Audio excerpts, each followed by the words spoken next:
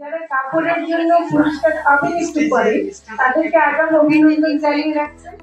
শুক্রবার গৃহসুখনের আয়োজনে শুরু হয়েছে দুদিনব্যাপী উদ্যমী নারী সম্মাননা প্রদান 2025। নারীদের রান্না ও হস্তশিল্প বিষয়ে পারদর্শী করতে 3 যুগেরও বেশি সময় ধরে নারীদের প্রশিক্ষণ দিয়ে যাচ্ছে প্রতিষ্ঠানটি, যাদের প্রচেষ্টায় দেশে তৈরি হয়েছে প্রায় 60,000-এরও বেশি নারী উদ্যোক্তা। শুধু প্রশিক্ষণ নয়, এর পাশাপাশি মেলা, প্রতিযোগিতা ও বিভিন্ন ক্ষেত্রে উদ্যমী নারীদের সম্মাননা দিচ্ছে গৃহসুখন। আমি মনে করি এরকম আয়োজন এত ছোট পরিসরে না, আপনাদের আরো অনেক বড়।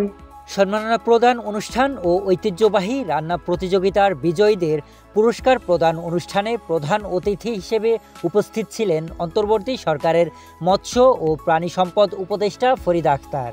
বিশেষ অতিথি হিসেবে ছিলেন মহিলা ও শিশু বিষয়ক মন্ত্রণালয়ের সিনিয়র সচিব মমতাজ আহমেদ এবং সভাপতিত্ব করেন গৃহসুখনের চেয়ারম্যান রিমা জুলফিকার। অনুষ্ঠানে আরও উপস্থিত ছিলেন বাংলাদেশ কুকিং অ্যাসোসিয়েশনের প্রেসিডেন্ট কেকা ফেরদাউসি ও জেনারেল সেক্রেটারি মেহেরুন্নেসা।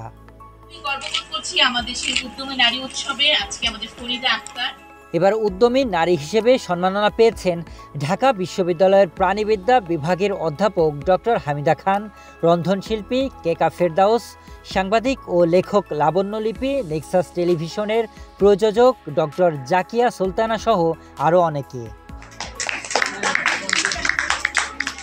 ঐতিহ্যবাহী রান্না প্রতিযোগিতায় প্রথম হয়েছেন মোস্তারিনা পারভিন রুনি, দ্বিতীয় মাহফুজা খাতুন জ্যোতি, তৃতীয় রুমানা রুমি ও চতুর্থ হয়েছেন আমেনা খাতুন।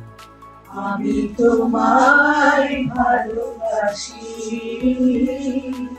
এ সময় গৃহসুখনের চেয়ারম্যান রিমা জুলফিকার উচ্ছ্বাস প্রকাশ করে বলেন, এই অনুষ্ঠানটাতে আমার খুব ভালো লাগছে যে অনেক উদ্যোক্তারা এসেছে এবং তারা তাদের পণ্য নিয়ে বসেছে এবং সবার সাথে সবার একটা ফ্রেন্ডশিপ হচ্ছে। এই জিনিসটাই আমার ভালো লেগেছে। রান্নার যে পুরানো দিনের রান্নাগুলো উঠে এসেছে সেটাও আমার ভালো লেগেছে।